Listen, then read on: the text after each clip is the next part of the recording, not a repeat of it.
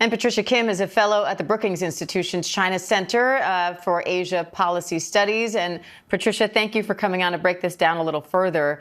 So President Trump is touting this deal, calling it an outstanding group of decisions. What's your assessment?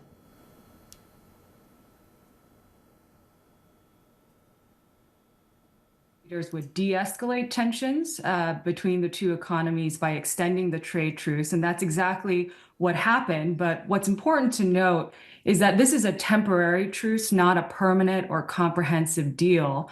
And the two sides are largely back to where they were earlier this year before the latest round of escalation began. And it's hard to see this as a major win for the United States, which has long sought to rebalance what many U.S. policymakers have described as an unfair economic relationship with China.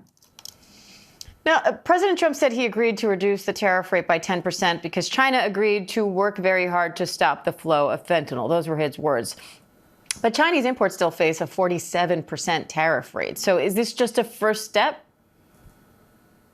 Yes, I think it is a first step. We heard that President Trump has committed to visit Beijing next April. And so this gives the two sides about 6 more months to work towards a more permanent deal. And so the question going forward is, will the two leaders, will Washington and Beijing be able to use that runway to hammer out a more sustainable and comprehensive deal, not just another truce? And will it get to more structural issues that have plagued the U.S.-China relationship, like Chinese subsidies or overcapacity in key industries, or issues of reciprocity when it comes to market access for U.S. companies operating in China? So there are a lot of issues that still need to be worked out, and we'll have to watch and see how the two sides use the time between now and April.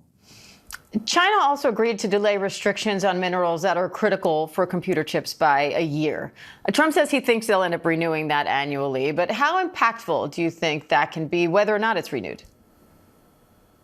Well, I think it's very impactful. I think it's very important for many U.S. companies and companies around the world to have a steady access to rare earth minerals that China has cultivated a dominance in. I think the Chinese side is going to continue to use it as a tool when it comes to the negotiating table. It used these in the past vis-a-vis Japan, when China and Japan were embroiled in territorial disputes. And so I imagine they will never fully take that off the table. I think they understand that they have a big advantage here. But at the same time, this has also pushed the U.S. and other countries to look around to try to reduce their dependence on China. But this isn't something that's going to happen overnight. Trump also says China will buy massive amounts of American soybeans and other farm products. What does that mean for American farmers? Well, I think it's been a real sort of source of concern from American farmers that China has cut its purchases of soybeans and has looked to South America as a supplier.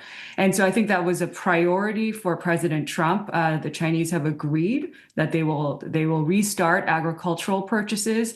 I think there was also some discussion about China purchasing more energy from the United States as well. But the question is, what will China expect in return?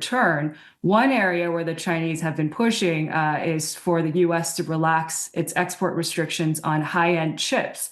And the President Trump has said that this was discussed, but the details haven't been agreed. So this is also an area that we'll need to be watching. Now, Trump and Xi didn't discuss Taiwan or TikTok. Do you think that was strategic or a missed opportunity?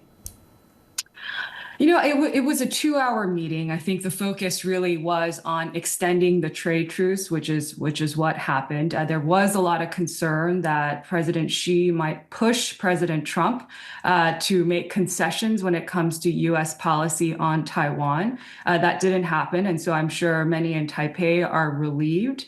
But having said that, now that there's a date for a summit in China on the calendar, we may see the Chinese side pushing the United States to move in directions that are more favorable to China when it comes to Taiwan. I mean, Beijing has always tried to condition greater U.S.-China engagement on the premise of the United States respecting its sovereignty claims over Taiwan. And so I think this is a space to watch. Will the Chinese push for the U.S. to press pause on arms sales to Taiwan? Will they push the U.S. to dial down diplomatic exchanges or unofficial security cooperation that the U.S. has with the island?